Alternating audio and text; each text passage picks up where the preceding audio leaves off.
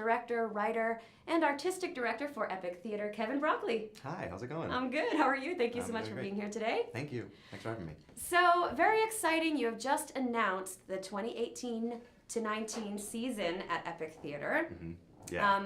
Epic it's epic. Yeah, 10, it's a big season. 10 shows a season generally, which Yeah, is a a lot. lot. Very ambitious. Yeah, and additionally, we do some readings, we do special events, we throw in some bonus shows that we might not announce right away, so we have a lot on our plate usually. It's crazy and amazing. Yeah. Yeah. Come a little closer. Yeah, come a little. There we go. Yes, very awkward invading each other's personal space, We'll but get that's super how we close. like it, That's yeah. all right. So I think this is very interesting because this season has been described as edgy, and I'm like, aren't they always edgy at Yeah, Epic they Theater? put- They kind of always Yeah, push they the envelope. put edgy in quotes, which I was like, are we debating the word edgy now? Yeah. Yeah, I came up with this trick I learned a while ago where if you just put in the press release the words you want them to use, they're Right. just going to go They're ahead and gonna use copy them those and not words. really. So I wanted to put like magnet, something, and I was like, well, what do we want to really be? What do we want to call this season? And so edgy is such a buzzword. Yeah. And so, I guess you could call them edgy. They're definitely shows that kind of push the envelope. Right. They are, and the season itself, we tried to find plays that are modern and really of the time and deal with issues that are going on right now with what's going on in the country as a whole. So that's what we were going for, and but edgy is just the cool word that you want associated when you do theater. And it is a word I think is associated with Epic in general. That's because great. It's working. Yeah, exactly. There's always something so unique happening there. So, so let's talk a little bit about the season. Sure. Obviously, there are a lot of shows to discuss. To get through, yeah. So, what are some of the ones that you are most excited to present? Well, so the one I'm most excited for, I can't say the title of because it has Yes. an obscene word in it. Well, we had a guest last Friday that decided Oh, really? to. Yeah, so. Okay, I'll be a little more cautious because my Okay. mom's been yelling at me about swearing. So it's called The Mother Something with a Hat. And it's you can look on our website, it's all there. Right. And it's a show about addiction, which I think is so important right now to talk about and look at the addiction crisis going on in the country. And what I think is super interesting about this particular play is it asks what happens after addiction, what happens after you've done rehab, after you've done treatment, and what happens to your life after that, and particularly a relationship between an addict and their sponsor, who is also a recovering addict. And it's also funny, and it deals with blue collar people. Every year I sit down with a big stack of plays to choose from, and I'm just flummoxed by how many plays there are about a bunch of white people at a lake house, like arguing about something that happened to the grandmother 80 years ago. I'm like, I don't want any more rich people at lake houses plays. So it's so uninteresting. It's in just this day awful. and age, it just seems like who cares? I know, and that's the big thing, doing art now, or theater at least for me, when you look at what's going on in the country and so many things that are just, you wouldn't believe them if you put them in a movie. You really have to look at every play you choose and every piece of work you do and say, does this matter? Is this, it can still be entertaining and fun, and you can do comedy, and that particular play I was just talking about definitely has comedy in it, but it's also important to say, like, is anybody going to care? Is anybody going to say, like, why should I go see this? What should get me out of the house? Right. I like to say that theaters don't compete with other theaters, we compete with Netflix. It's very rare that That's someone's true. yeah, Get them off the couch. exactly. Is the hard part. It's rare that someone's sitting at a couch exactly saying, well, should I go to Kevin's theater or should I go to another theater? Usually they're saying, should I go to Kevin's theater or should I binge watch the new season of The Defenders? So Exactly. we have to do work that we think is going to make them say, oh, I got to see that. I have to see what they're going to do with that. And so that's what was in our mind when we were picking the season. And we have some older shows like Death and the Maiden and House of Bernarda Alba, which are classic and just really iconic shows. But we also have a play called The Christians, which grapples with religion and the idea of heaven and hell and whether they exist. And we are actually doing a site-specific production of that, meaning it's set in a church, and we found a church, and we're going to be doing it in a church. So cool. We found a very, very understanding church. A lovely So understanding cool. church. Yeah. Oh, you gotta love this community, right? Yeah, it's great. Rhode Island's awesome because you can find whatever you need. There's That's always so true. somebody game to play. So true. So when is that happening in the season? So that's going to be pretty much at the end of next season in May of 2019. You know, it's always weird when you pick seasons and then try to cast them because, or put them together, because you sit down to talk to people and you say, yeah, we want to do this in May. And they say, oh, okay, so in a couple months. You're like, no, May of next year. Yeah. And nowadays, whenever I say that, people give me this look because I think collectively we're all like, are we all going to be around for May of next year? Or can we think out that where I'm far going to be ahead? next week. Never mind. But you know, that's how you sort of plan and start to put stuff together. And when you're doing big projects like that, you kind of have to plan far enough in advance to give yourself time. Or at the end of last year, we did a show called Red Speedo, which took place at a pool, in an actual in-ground swimming pool. So that was a lot of fun, but you need a lot of prep time for it. Yeah, definitely.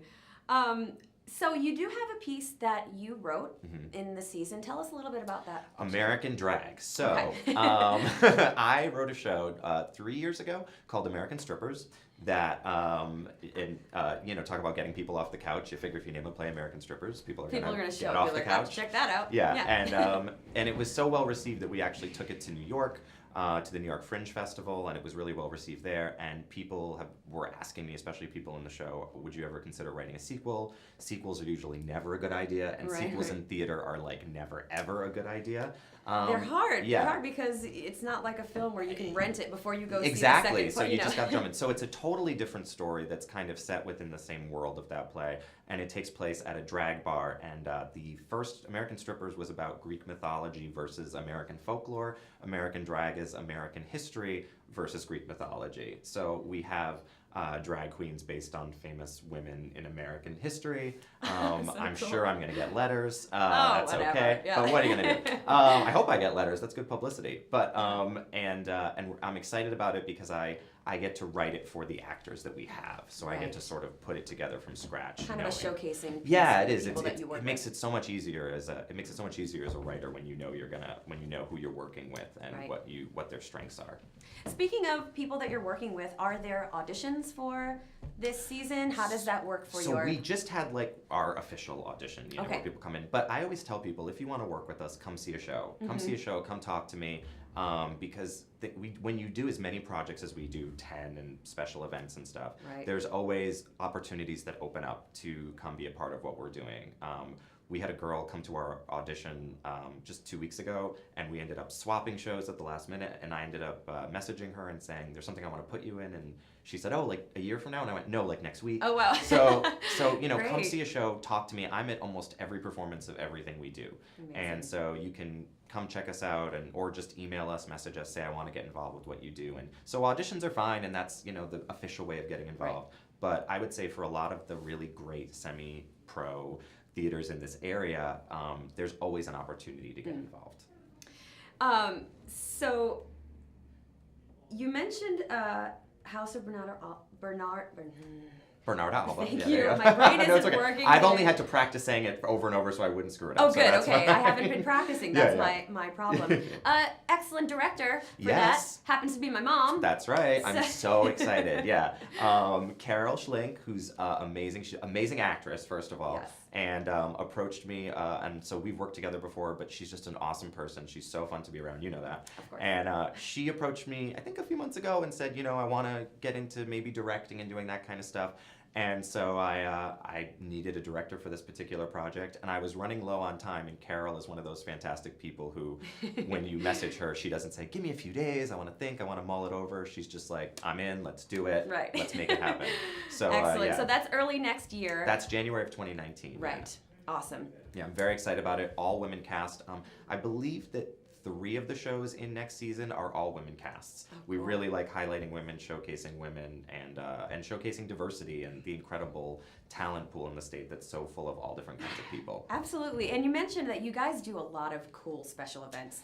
So do Yeah. you know what those are at this point, or do those kind of come as you get into the Some of season? them happen midway through. The play that we're doing right now that you can actually come see tonight at 7 p.m. if you want, we're having our press night, is called Marshall. Marshall is a 2-person show where myself and another actor have been given a script, and we show up and we perform it with no rehearsals. So we know what the script is. It's not improvised, but it's every artistic choice made during it is improvised. Yeah.